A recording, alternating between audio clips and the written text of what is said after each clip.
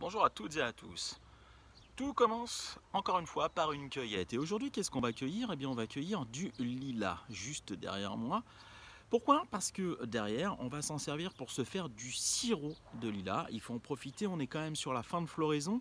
Mais on en trouve encore, vous voyez, moi le blanc il est pas mal là, et on va pouvoir faire du sirop de lilas. Le sirop de lilas, c'est quand même un petit goût très très sympathique. Moi je vais pouvoir m'en servir, par exemple dans les pâtisseries, on va pouvoir agrémenter nos crèmes pâtissières par exemple, ou tout simplement mettre une touche un peu particulière, ce qui va surprendre et sublimer certaines de vos préparations. Donc il ne faut pas hésiter, donc on commence par une cueillette.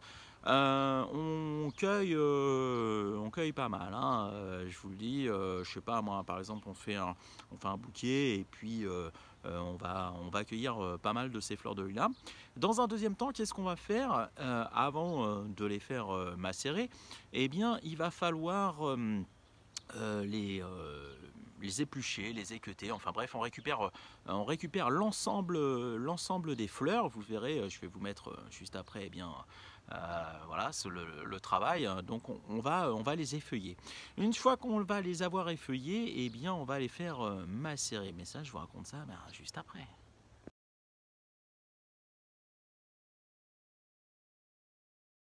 Alors, vous avez effeuillé l'intégralité de vos fleurs de lilas. Et ensuite, qu'est-ce que vous allez faire? Vous allez les mettre dans une casserole, voilà, comme ceci.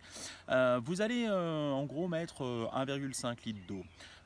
Vous allez porter à ébullition 10-15 minutes, vous coupez et vous laissez macérer 24 heures. Voilà, moi je vous conseille de laisser macérer 24 heures. Pourquoi? Parce qu'en fait, ça va dégager toutes les saveurs. Une fois que vous avez fait macérer votre préparation, vous allez la filtrer. On la filtre généralement en deux fois, c'est-à-dire une première fois de façon très grossière, hein, on prend une passoire et on verse l'intégralité de notre casserole, comme ça permet de récupérer toutes les fleurs. On peut presser un petit peu pour récupérer un maximum de sirop, enfin de jus pour l'instant. Ensuite, ça on va le filtrer une deuxième fois. Qu'est-ce qu'on va faire? Dans votre passoire, dans votre chinois, vous allez mettre un torchon qui va vous permettre en fait de filtrer les petites micro-saletés, puisqu'il y a toujours un petit peu de micro-saletés qui vont se déposer. Vous faites cette deuxième filtration. Ensuite, vous allez peser. Oui, vous allez peser un peu comme pour la confiture, c'est-à-dire que en gros, si on va peser, enfin on va mesurer en termes de litres. Pour un litre, il nous faut 500 grammes de sucre. Voilà pour faire votre sirop, 1 litre 500 grammes de sucre. Vous faites bouillir tout ça et vous surveillez la consistance comme je vous ai déjà montré précédemment. Ensuite, vous mettez en bouteille et vous avez du sirop de lilas que vous allez pouvoir utiliser dans vos pâtisseries. Très honnêtement, c'est pas mal. En plus, en ces temps de confinement, ça permet largement de s'occuper. Alors moi, je vous dis, voilà, on continue la recette. Vous allez voir, on va préparer dans notre casserole et on va faire bouillir tout ça. À tout de suite pour la suite. Alors ça mijote, ça mijote, ça mijote, et oui, mais qu'est-ce que c'est? Alors là, je vais vous expliquer parce que là, très honnêtement, vous n'allez pas trouver. C'est du sirop de fleurs de lilas qui est en préparation. Je dis bien du sirop de fleurs de lilas. Alors, vous allez voir, c'est vraiment très très chouette. Donc là, on est dans la partie cuisson.